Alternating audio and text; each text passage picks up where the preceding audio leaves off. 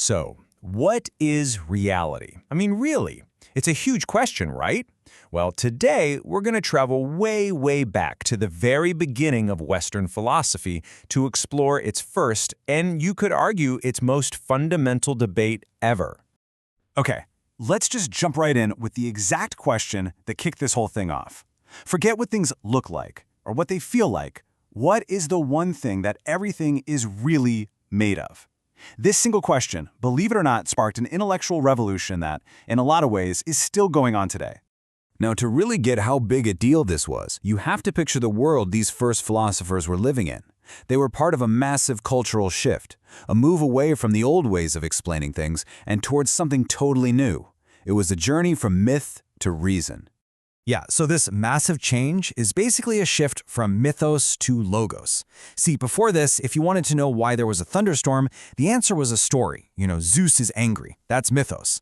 But the new approach, logos, was totally different. It said, no, let's use logic, let's use observation, let's find a natural cause. It was a complete game changer. And at the absolute heart of this brand new rational quest was the search for one thing, the arche. The arche is the fundamental principle, the one single primordial substance that everything else in the entire universe comes from. The thinking was, hey, if you can figure out the arche, you've basically found the ultimate answer to that first big question. So right away, two main schools of thought popped up. First, let's meet what we can call team materialism. Their core belief was super simple and really direct. At the end of the day, everything, and they meant everything, is ultimately just physical stuff. So, you have to wonder, right? What was the very first answer from the very first philosopher on record, a guy named Thales of Miletus? What did he think the arche was? Water. Yep, just water. Now, that might sound a little too simple, but his reasoning was actually revolutionary, because it wasn't based on a story, it was based on looking around. He saw that water is absolutely essential for all life. He saw that it can be a solid, a liquid, and a gas. So to him, it was the most logical candidate for the one substance that could transform into everything else. Then along came Anaximenes, who took this idea and ran with it. He proposed air as the arche, and he even came up with a process for how it works. Through rarefaction, basically thinning out, air becomes fire. And through the opposite, condensation, or thickening up, it becomes wind, then clouds, then water, and eventually solid stuff like earth and stone. It was a much more detailed, dynamic system. And then you've got Heraclitus, who had this famously moody, profound insight. Everything flows. For him, the arche was fire. But he didn't just see fire as another substance. No, for him, fire was the perfect symbol for what reality truly is. Constant, dynamic, unending change and transformation. Nothing ever stays the same. Now, the peak of this early materialism, and this is going to sound surprisingly modern, came from the Atomists, Leucippus and Democritus. They proposed that the entire universe is made of just two things: tiny, indivisible, and eternal particles they called atoms, and the empty space, the void, for them to move around in. That's it. Everything we see, a rock, a tree, you, is just a different arrangement of these fundamental atoms.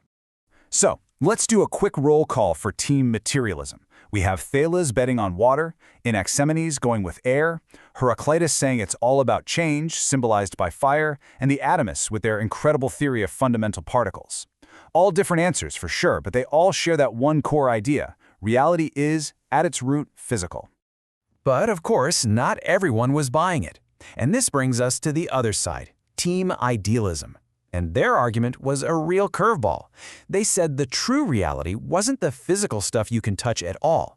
It was something abstract, non-material, ideas. The trailblazer here was Pythagoras, who came out with this incredible idea. Number is the ruler of forms. He believed that underneath this messy, constantly changing physical world, there was a hidden, perfect, and eternal mathematical order. And he saw proof everywhere. He discovered that the beautiful harmony in music wasn't random. It was based on simple, elegant mathematical ratios. So for him, true reality wasn't the wooden strings of the lyre, it was the abstract, unchanging principles of number that made the music possible. It's almost like he was saying the universe runs on a kind of mathematical operating system. Okay, brace yourself, because this next one is a real mind-bender. A philosopher named Parmenides took this idealism to a whole new level. He used pure, cold logic to argue that all the change and motion we see with our senses, well, it's nothing more than a grand illusion.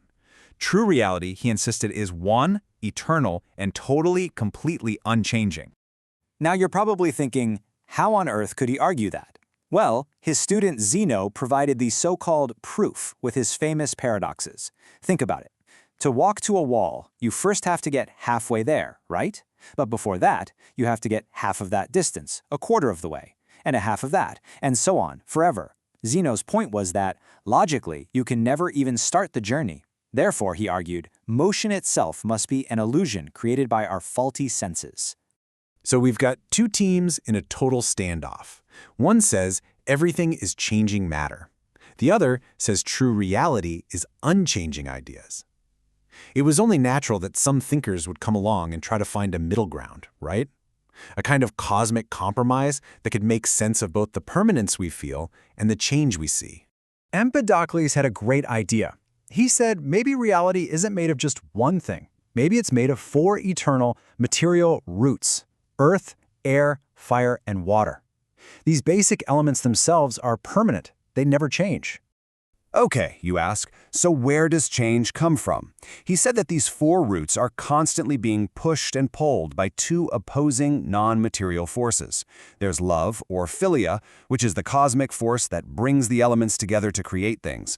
And then there's strife, or nikos, the force that rips them apart, causing everything to decay and break down. Anaximenes offered another brilliant synthesis. He imagined that, in the beginning, everything was just a chaotic mashup of infinite seeds of all things. So what brought order to all that chaos?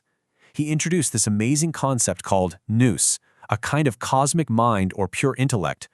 This immaterial intelligence was the force that set everything into its swirling motion and organized the universe we see today.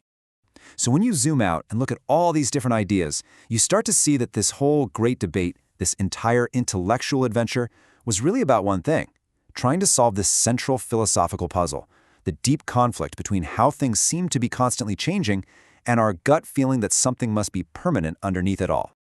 And this brings us to the 2 polar opposites. On one side, you have Heraclitus, who says the world might seem stable, but that's the illusion. In reality, everything is in constant flux, like a river. And on the complete other side, you have Parmenides, who says the world seems to be in constant flux, but that's the illusion. True reality is eternally, unbreakably unchanging. So why does any of this 2,500-year-old arguing still matter? Well, because it basically created the 2 main highways that Western thought has been driving on ever since. The materialist obsession with physical stuff, with observation and cause and effect, that laid the foundation for modern science, and the idealist focus on non-material principles, on logic and abstract structures, that laid the foundation for metaphysics and a lot of philosophy. Which amazingly leaves us right back where we started, just with more modern words. Is our universe, from the biggest galaxies down to our own consciousness, ultimately just physical stuff, just particles and energy governed by chance and necessity, or is it all a manifestation of some kind of non-material code, a mathematical or informational reality hiding underneath? The first great debate is definitely not over.